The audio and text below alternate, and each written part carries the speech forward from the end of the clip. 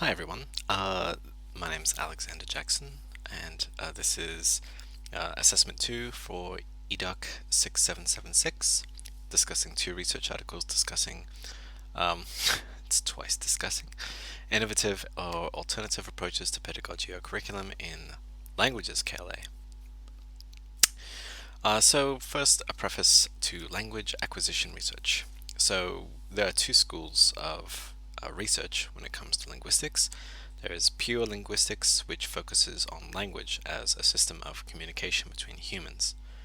It isolates and discusses grammar, syntax, and seeks to discover answers to the questions that seem to be at the heart of human language, such as Noam Chomsky's 1960 assertion that humans come pre-programmed to learn language rather than just as blank slates. The teaching of language falls under the branch of, the teaching of language falls under the branch of research known as applied linguistics. We have two definitions here. Brumfitt says the theoretical and empirical investigation of real-world problems in which language is a central issue. And Schmitt and Celce-Murcia say that applied linguistics is using what we know about language, how it is learned and how it is used, in order to achieve some purpose or solve some problem in the real world. Now, you'll notice that in both of those definitions the word problem is used, and that is very central to applied linguistics research. It always seems like it's seeking to solve a problem. And when it comes to education, there's usually only one problem related to the field of education and applied linguistics, where the crossover is. Like, how do we get students to better engage with and better learn the target language?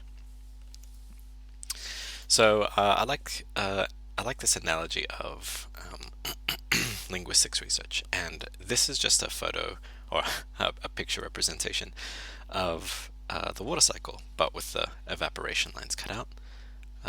But linguistics research is kind of like rain on a mountain. So it's easy to see the general ideas. So rain comes down from the clouds, it goes down the lake and goes into the sea. Like, we know where it's going, we know what course it takes, that sort of thing. There's a lot of sort of common sense stuff to it.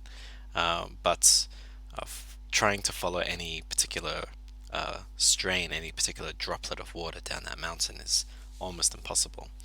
And that is what I wanted to kind of allude to in linguistics research. So these two branches of language study are intertwined, but they have very different purposes. Because they share their foundations in language itself, looking at one school without the other is a little reductionist, but trying to view them both together and still trying to disentangle one from the other is difficult. But I will do my best. So what am I saying? I'm saying that I am still a novice when it comes to pure linguistics research specifically, and the vast amount of research in applied linguistics is difficult to navigate, as the difference seems to very much practice versus theory. So yes, with that said, Article 1, Innovative Teaching Techniques and Distance Learning of Foreign Languages. This article contains interesting insights into distance education techniques. This, I believe, could help educators. If COVID-19 spikes again, it could help them with various methods for teaching and assessing.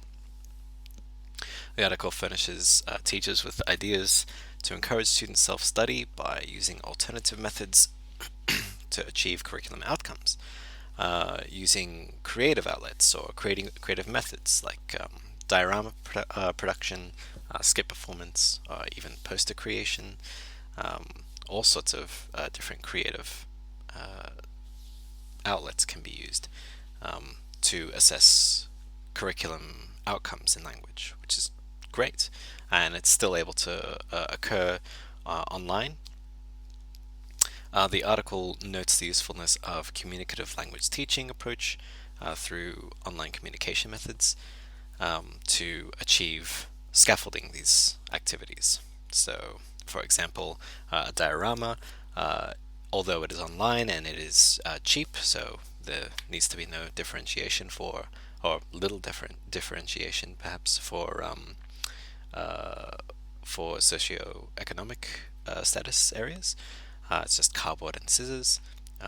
Students could still produce something and present something online to the class or to the teacher, and still in language, in the target language, explain what the diorama is of, which is cool or interesting, I think. So CLT, or communicative language teaching approach, it emphasizes communication opportunities using authentic means. Now, this can mean like a script, or an authentic script, for example, like something that you would say to someone who works at a store. So one student plays the store attendant, and another is the customer. Those kind of interactions are scaffolded, but also using authentic resources like a weather map, for example, to predict or to plan a week. So CLT has a firm foundation in research, with influences stretching as far back as the 1960s, even almost as a direct response to Chomsky's assertion of universal grammar. Now, this paper, while offering practical teaching solutions, doesn't appear to have strong theoretical grounding, aside from mentioning communicative language teaching techniques when scaffolding. And it doesn't seem to refer to a strong body of evidence. So why choose to use it as a source for this assignment? Well, to be frank, aside from the main difficulty in locating innovative and or alternative methods for teaching second language acquisition, those research articles that do are generally not super well established or have grounds or roots in an established theory, usually because they're trying to innovate. So the bottom line is the problem that I mentioned earlier. Do I believe this can help learners better engage with and learn the target language? Yes, I believe that these innovative teaching techniques that I mentioned can be used insofar as the learning opportunities are very strongly scaffolded, and the expectations are clearly defined in the assessment tasks or assessment sheets, and also strongly reinforced by the scaffolded activities. Article 2, however, discusses self-assessment as a tool for autonomous language learners to use, and it discusses the potential of self-assessment, but also the pitfalls of using this tool for student assessment. Ultimately, I find that it's a useful tool, though even in the research presented, it seems quite difficult to implement, with numerous potential challenges along the way.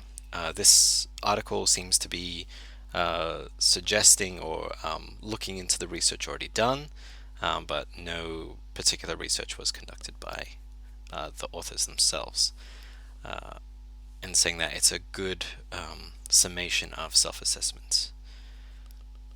It seems to be a good tool for building knowledge and could have various emotional benefits for students seeking long-term involvement with language learning. Now, self-assessment and autonomous do require a little bit of definition. Self-assessment are assessments which are self-administered, so administered by the student. It does not necessarily mean that students design their own assessment tasks. They can be created by the teacher or the educator. However, it should be noted that having a student create their own assessment task to assess outcomes is one of the potential tasks that is suggested in the research article. And as for autonomous language learners, it's used in this paper as learners who take responsibility for their own language learning in some capacity. And that being said, yes, most language learners fall into this category, though the article does recognize that most students or learners may not understand that they are doing it or why they are doing it.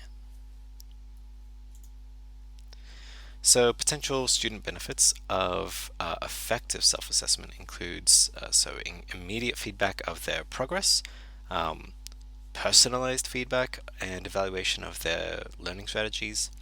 They have opportunities to develop their reflective practice. They have increased access to learn assessment literacy, which is important for understanding how assessments are given, why they are given, and the importance of them beyond just, get good marks, get good grade. And successful self-assessment can increase motivation and desire to learn. The benefits for teachers or institutions, however, seem narrower. The paper asserts that if instituted well, it can even replace teacher assessments in some cases, though there are issues with reliability. And it may reduce assessment workload for teachers. If it's perfectly executed, you could have students able to create their own assessments and present them and even potentially assess themselves. But there may be issues due to a perceived change in the roles between the student and the teachers. And the article continues to list ways in which the authors believe successful implementation can be achieved. However, there is no theoretical basis for these beliefs. The paper reports that the results of the investigations have been mixed. Some have found success, but the negative results were due primarily to the two reasons that were stated earlier, unreliability and the change of roles. So those who found the results unreliable reported that all it ended up doing was adding another layer of assessment to work through. So they would need to assess the student's assessment of themselves, and a teacher or a language instructor will be able to give a more accurate response for assessments anyway. And those with negative results due to change dynamic were challenged or received challenges either from other teachers or from students who felt that assessments was the teacher's work, and the teachers felt maybe that students were entering their territory, or students felt that teachers were lumping them with the teacher's work, which they did not appreciate. So finally, the article, ultimately I suppose, the article gives an interesting view on the shape that assessments can take in schools, and all research reported that it is still a worthy pursuit even if it fails, as it can still lead to higher student engagement and autonomy, which is important in language learning. It does appear that even if successfully used, the benefit to students can be deep, not necessarily wide, but it can be deep. However, it can be costly as well.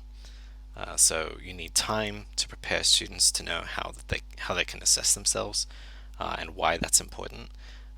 It costs teacher effort to make sure that students are assessing themselves appropriately, and that's an ongoing effort. And it could be costly in student energy, which, as we know, is a finite resource, as they then have to simultaneously learn another discipline alongside language study. So, are the benefits clear? Yes, they're made very clear in the article, but whether the investment is worth it, the research that they provide themselves seems to be divided. In terms of the article itself, where there is a section where they talk about varieties of self-assessment, and that seems a little unclear or unrefined. labeling one type of self-assessment generic is a little too vague for me. They do differentiate between the three types they introduce, and then they discuss, but the discussion is not particularly deep, more just descriptive. So, in saying that, this article was written in the year 2000, which is, as I am loath to remind myself, now 20 years ago. There may be new research, but I could not locate any more. Regardless, I hope you have enjoyed this presentation, and thanks for listening.